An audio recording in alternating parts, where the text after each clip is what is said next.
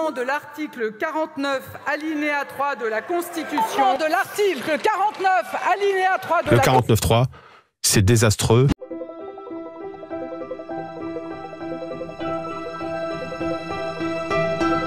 Bonjour à tous. Alors, comme demandé, mettons nos deux pieds dans l'actualité et abordons le sujet de l'article du 49.3. Avant toute chose, précisons que lorsque on utilise le terme de l'article 49.3, juste petite rectification de langage, 49.3 signifie 49-3, or dans notre contexte, on parle bien de l'article 49 alinéa 3, donc c'est une petite nuance, un petit abus de langage, mais c'est bel et bien l'article 49 alinéa 3 de la Constitution. Mais alors, que prévoit cet article 49 alinéa 3 de la Constitution ? Je vous mettrai le petit copier-coller de cet article en description, comme ça vous pourrez suivre avec moi l'analyse. Donc nous allons décortiquer cet article afin d'obtenir les clés de compréhension juridique de l'actualité.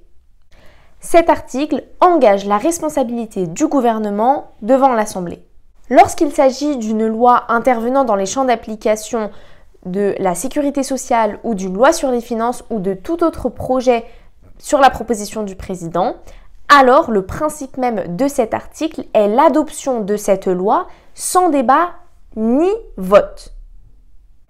L'exception à ce principe énoncé précédemment est le contre-pouvoir que dispose l'Assemblée nationale, à savoir la motion de censure. Cet outil de contre-pouvoir, à savoir la motion de censure, possède des conditions de recevabilité que nous allons étudier ensemble. Tout d'abord, cette motion de censure doit intervenir dans les 24 heures qui suivent le dépôt du projet de loi ayant fait l'objet de l'article 49 alinéa 3. Le vote de cette motion de censure intervient 48 heures après son dépôt. Afin d'être recevable, cette motion de censure doit recevoir au minimum un vote de 1/10 de l'Assemblée nationale.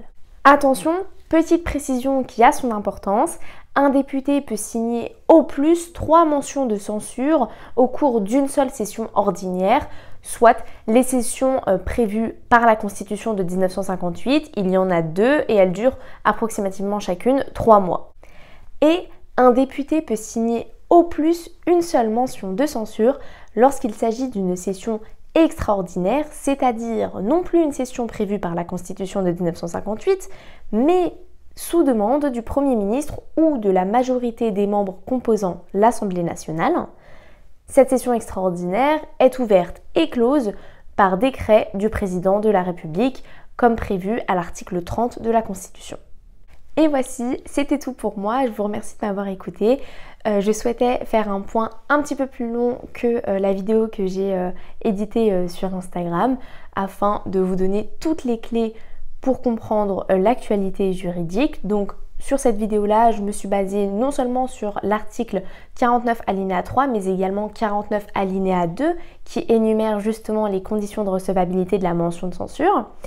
N'hésitez pas en tout cas à me poser vos questions s'il y a encore des doutes. Et en tout cas, nous, on se retrouve la semaine prochaine. En attendant, abonnez-vous. Gros bisous. Merci beaucoup pour votre écoute. J'espère que vous aurez eu des clés de compréhension de l'actualité. N'hésitez pas à aller regarder la vidéo en entier sur YouTube où je donne beaucoup plus de détails, notamment sur les conditions de la motion de censure. En attendant, moi je vous dis à la semaine prochaine et gros bisous.